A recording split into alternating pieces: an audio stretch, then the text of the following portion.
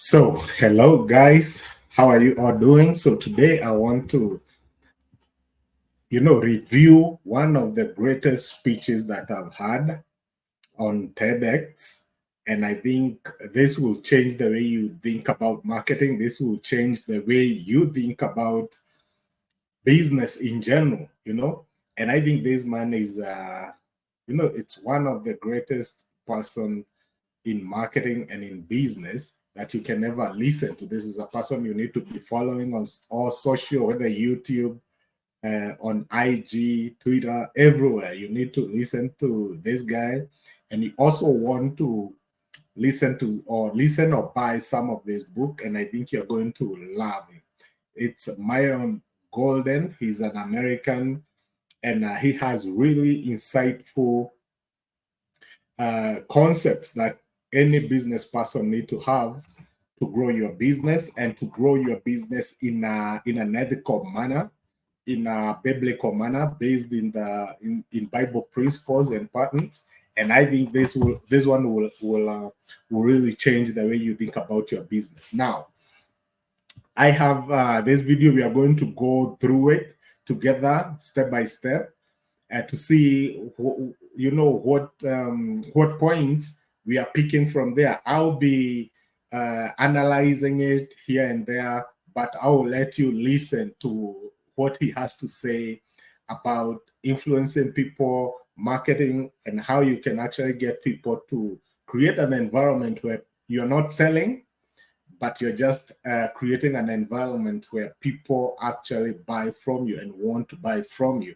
And I think this is one of the greatest concepts that you can ever have in your business. So let me start off this video. Got over 1.1 million video views in 5 months. And unfortunately, it was taken down from the TED site because of the person who hosted the TEDx Talk had some conflicts with some other people from some other event. And so TEDx took down all of his videos. Mine was one of them. So we have a version of it. We have the recording. It's just not high quality. So I wanted to let you know why this TEDx.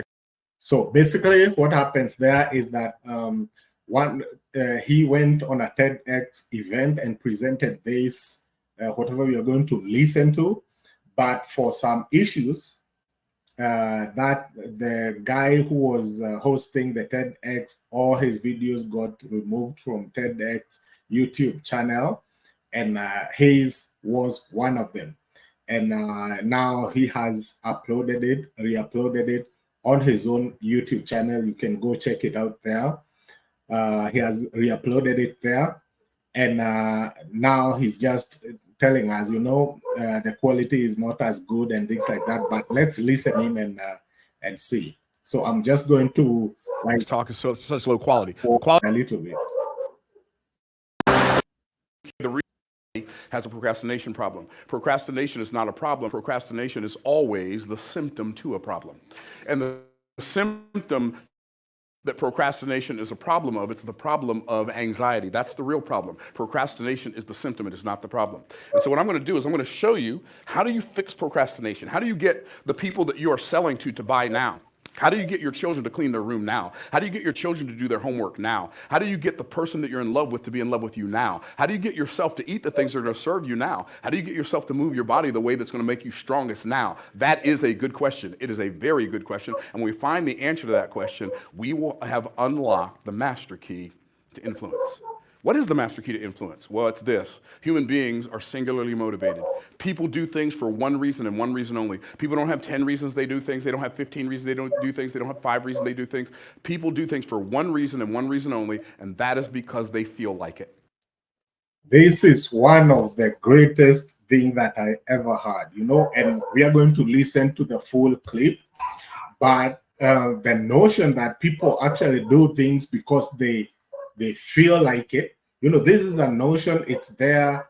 It's actually what happens, when you're doing stuff, when you don't want to do stuff, you say you don't feel like it, I don't feel like going to the gym today. I don't feel like going to class. If it's not a must, you don't feel like it.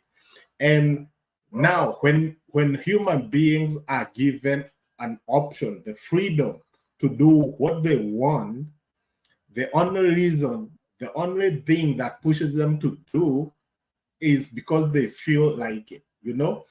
And what they don't feel like doing, they don't do. What they feel like doing, they do.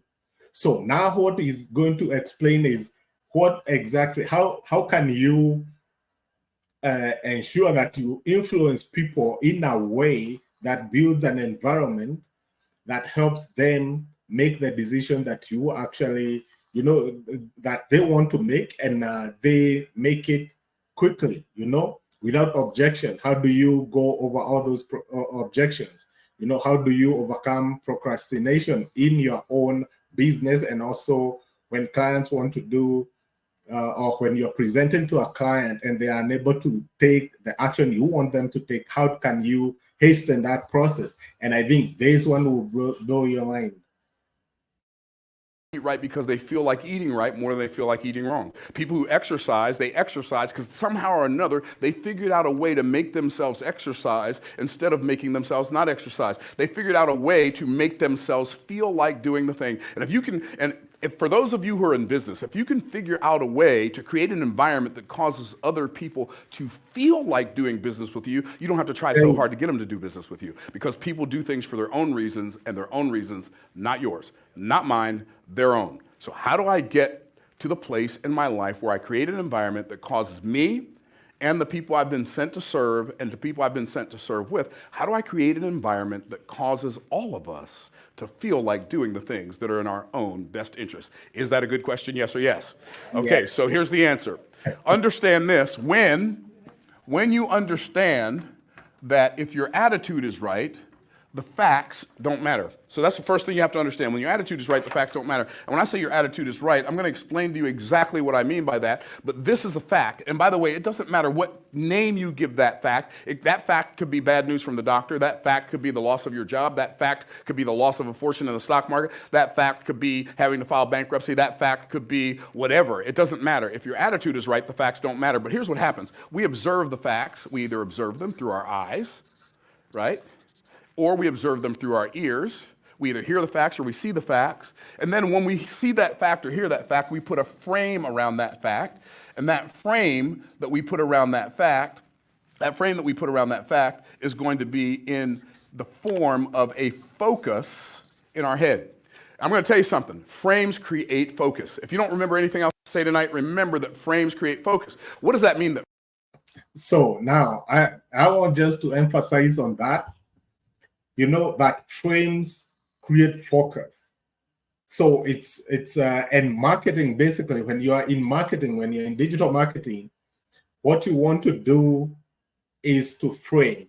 You know, you want to put a frame around your product, around your service, a frame that will help people to see it in a way that will elicit the right action. So remember that, write it down. It's about framing. You know, marketing is about framing.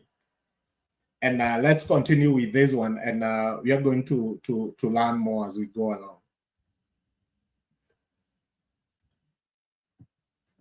Frames create focus. The reason we put a frame around the picture is because we want people to focus on what's inside the frame. Everybody tracking? So what you want to do is you want to understand that when a fact happens, you put a frame around. That frame has a positive side and a negative side, because everything has a positive side and everything has a negative side. It's impossible. Have you ever seen a one-sided piece of bread? Probably not. Have you ever seen a one-sided coin? I don't think so. Have you ever seen a one-sided piece of paper? Why not? Because it cannot exist. It is impossible for anything to exist with only one side. So if it exists, and there's something negative about it, there also has to be something positive about it at the very same time. If there's something in your life that's really super positive, that it has to have a super negative aspect at the very same time. Why? Because there's no such thing as a one-sided anything. Well, and this is really important to understand, even about your own service and to understand about your own product. You know, when you're going to the market, understand that despite how well you love your product, or how much you love your product, or how well it works, your product has a positive side and a negative side. And from your client's perspective, they will either see the positive side or the negative side. How you market, how you communicate is very important. It will determine whether they will They will see the positive and see the positive about them, how that product can actually help them achieve their own results, the results they want, or whether they are going to see how difficult it is to use that product and achieve what they want. So let's continue with this conversation. We put that frame around it. When we put that frame around it, then that frame is going to cause us to manufacture a belief. And that belief is going to be manifested either as faith or it's going to be manifested as doubt. And this is the part most people don't understand. Most people don't understand, I'm going to say it slowly because most people have never heard it before, faith and doubt are both belief. Most people think faith is belief and doubt is the absence of belief, but doubt is notion. This is the first time I had that notion that faith and doubt are both beliefs, and just recently I learned, faith, when you have faith, the type of belief you want is that belief is actually the action that you take when you have faith. And when you have doubt, belief is the inaction, So this is pretty mind-boggling, especially when you're hearing it for the first time. But I think this is the essence of marketing. You want to instill a lot of faith to people, to your audience, such that they are going to take the action that you actually want them to take. So this is something that you need to, dig deep into what he's saying, and remember that knowledge is nothing if you're not putting it to use. So this is the most important thing is for you to use this knowledge in your own business, so that you can create what you want, the success you want for your business. And the only way you achieve success is by serving more people. So let's continue listening on this. Not the absence of belief. Faith is belief in the outcome I desire. Doubt is belief in the outcome I don't desire. When I have more. Have you heard that? Faith is a belief in an outcome that you desire. Doubt is a belief in an outcome that you don't desire. So basically, if you want to lose weight, and you know that going to the gym will actually help you lose that weight, the faith you have that going to the gym will help you lose weight, that faith, you have faith because you know that going to the gym will actually give you the results that you want. Now, you doubt. When you have doubt that going to the gym will not give you the results that you want. So basically, the absence of that positive outcome that you want, the absence of it is doubt. And once you doubt, you can't actually do anything. So let's continue listening on this.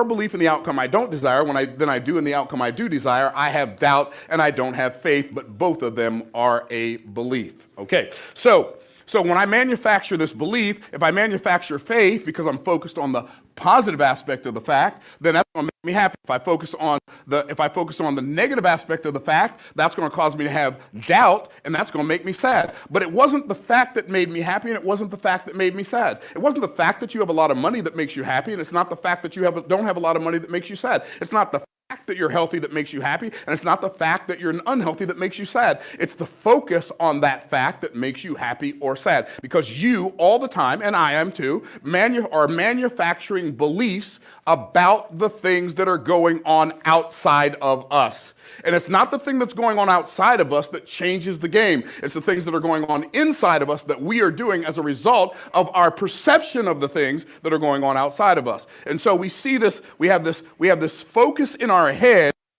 that causes us to manufacture this belief. But you know what's really interesting about that? Belief is a traveling salesman. It doesn't stay in one place. So this belief travels down into our heart, and that focus in our head travels down into our heart, and it creates this thing called a feeling in our heart. That feeling in our heart is why we do everything.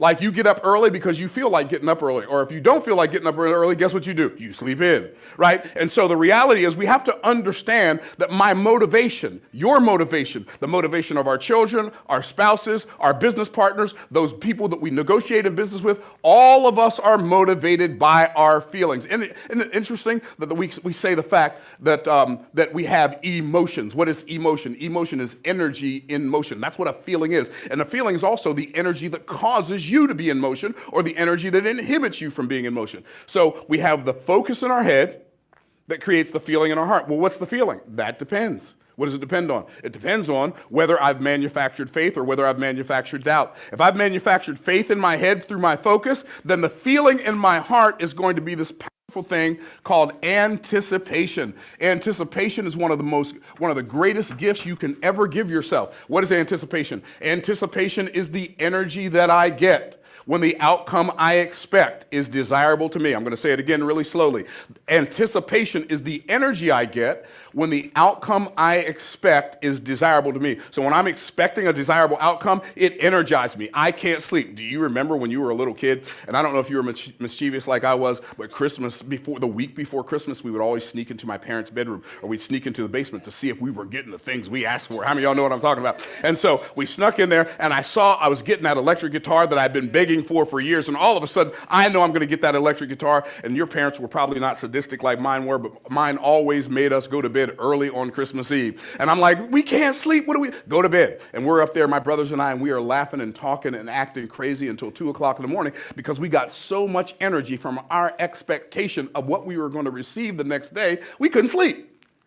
And so that's what anticipation does. Anticipation gives you energy to do the thing. But what if you're focused on the negative aspect of the fact, and it causes you to manufacture a belief called doubt? Well, that's going to show up in your heart as the feeling of anxiety. You got to get this now. Anxiety is the thief of your dreams. The things that you desire to have that you don't have right now, the reason you don't have them is because you've manufactured more anxiety than you have anticipation. The reason that people say no to you when you're making them an offer is because you created more anxiety in them than you have anticipation. And when you learn how to create more anticipation in people than you do anxiety, they will start saying yes instead of saying no, and then you'll be blown away. It'll seem like it's almost, wait a minute, this is too easy, because you started focusing on creating an arena that causes people to feel like saying yes to the things that you're offering them to them. So what is anxiety? If anticipation is the energy I get when the outcome I expect is desirable to me, then anxiety is wasting present energy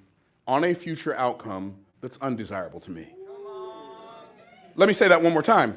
Anxiety is wasting present energy on a future outcome that's undesirable. You had that?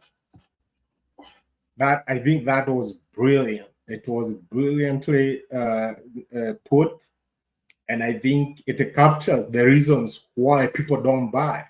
Basically, it's because you have raised doubt in their mind. By overselling, probably by giving too much information.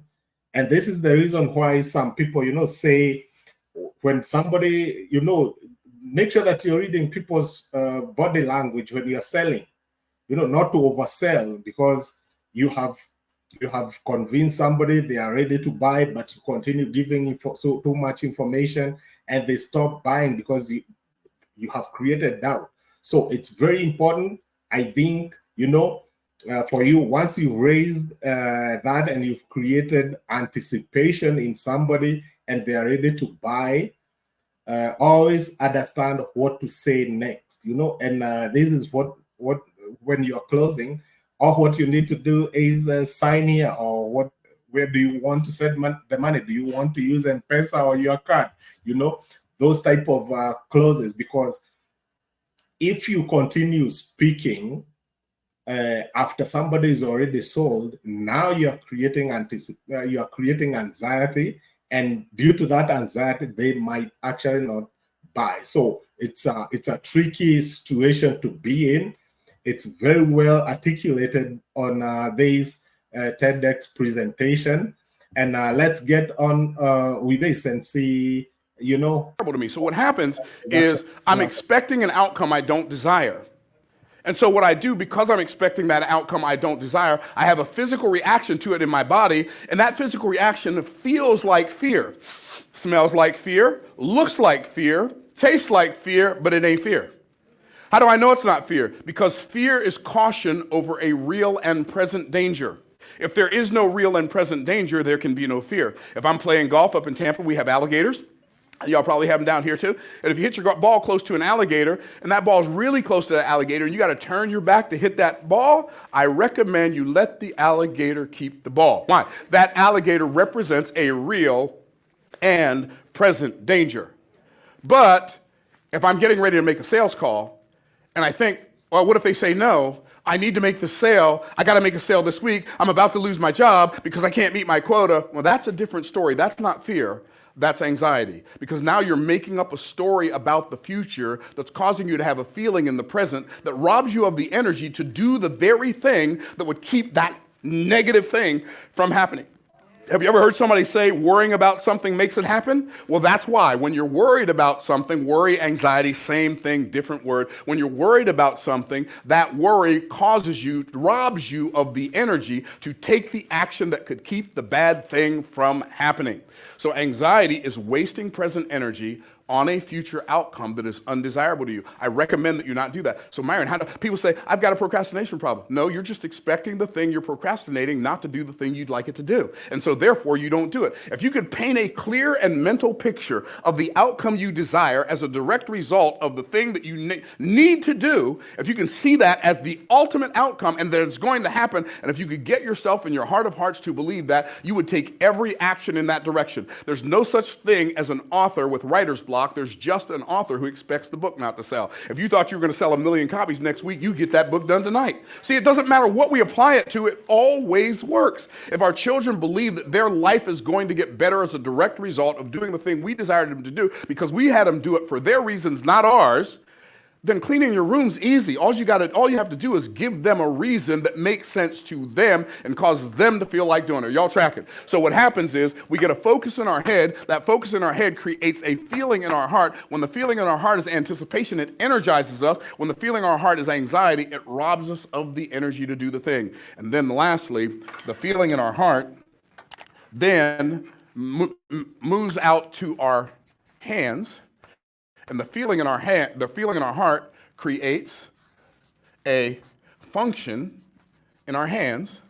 And that function in our hands, when we focus on the outcome we desire and we have faith, that gives us anticipation. That's the energy. The function in our hand is called power. Not only do we have the energy and the power to do the thing, it is impossible for us not to do the thing. When we have anticipation, we get a really, really bad case of the I can't help it. How many of y'all ever had a bad case of the I can't help it? And so what happens is I've now got this, I'm looking at this fact, I'm focused on the positive aspect of the fact, I'm manufacturing faith, it's traveling down into my heart and building up all this anticipation, and now I can't do anything but the that's in front of me. I'm not going to distract myself by watching a football game or a basketball game. I'm not going to anesthetize myself watching other people on the electronic income reducer live their dreams while I'm living a nightmare. What I'm going to do instead is I'm going to go to work on the thing that's going to work for me, and I know it's going to work because I'm going to make it work.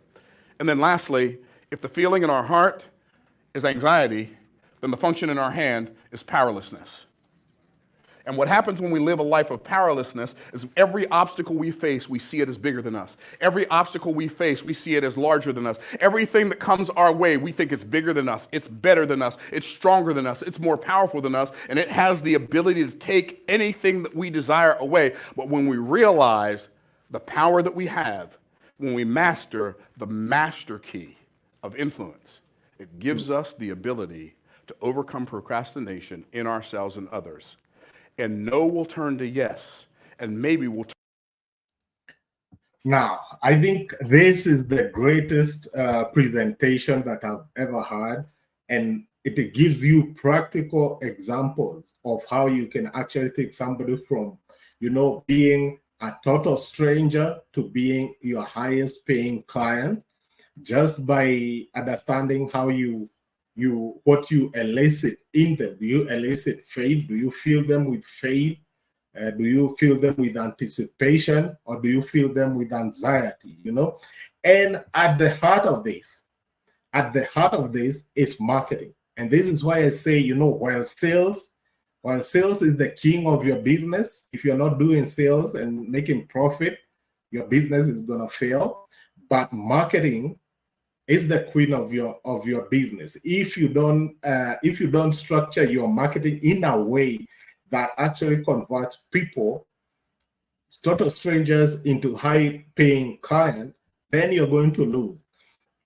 And understanding this structure, the structure of understanding this is my product. Now, people will see this product either positively or negatively, depending on how I present it. And now coming up, crafting messages, content, coming up with copywriting skills. If you don't have the skills, go acquire the skills. If you don't know how to communicate, go ahead and learn how to communicate effectively, especially about your product, about your service, in a way that that speaks to people's needs. And at the beginning, I don't know whether it's of this video or another video, where he says the only way you start becoming a good salesperson is actually when you learn to talk about people's problems. If you are able to talk about their problem, allow them to talk about the solutions they need, and then you offering them that solution. If you can do that, you will always be selling something that the market doesn't respond to. So understanding that, I think this concept is very, very important. Understanding your product, understanding how you present your product to create either faith or doubt.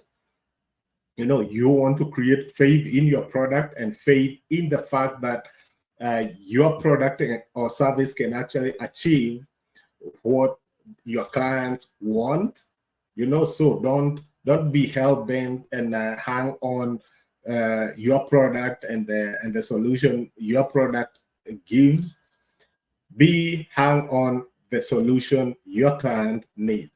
Remember that the reason why you sell your product is not always the reason why your client buys it, right? So instead of selling the reason why you sell your product, always start and let your conversation, let your marketing be about the reason why your client buys your product. And that way you're going to generate a lot of sales, you're going to generate a lot of profit, and your business can grow. The other thing is that, once you create that faith, then you create anticipation. With anticipation, now you empower people to actually do the action you want them to do. And that is sales. If you want them to buy, that is, getting out of bed and doing what they have to do, if that's what you want. And I think this is a brilliant concept that can be used in marketing. And let me know if you're going to use this in your business. Now, in my 12-week soft marketing training program, this is one of the things that we go through. We go through this concept and we internalize it, and we use it in your own business when you are forming, when you are creating the funnel, when you are creating your marketing message, when you are targeting your traffic. We try to go through this framework so that you can actually be effective in your communication and what you want your clients to do. So if you're interested in that program, make sure that you click on the link below this video, go register. We have a 30% off for the early bird offer. So make sure you register early, and see you inside that program. Thank you and bye-bye.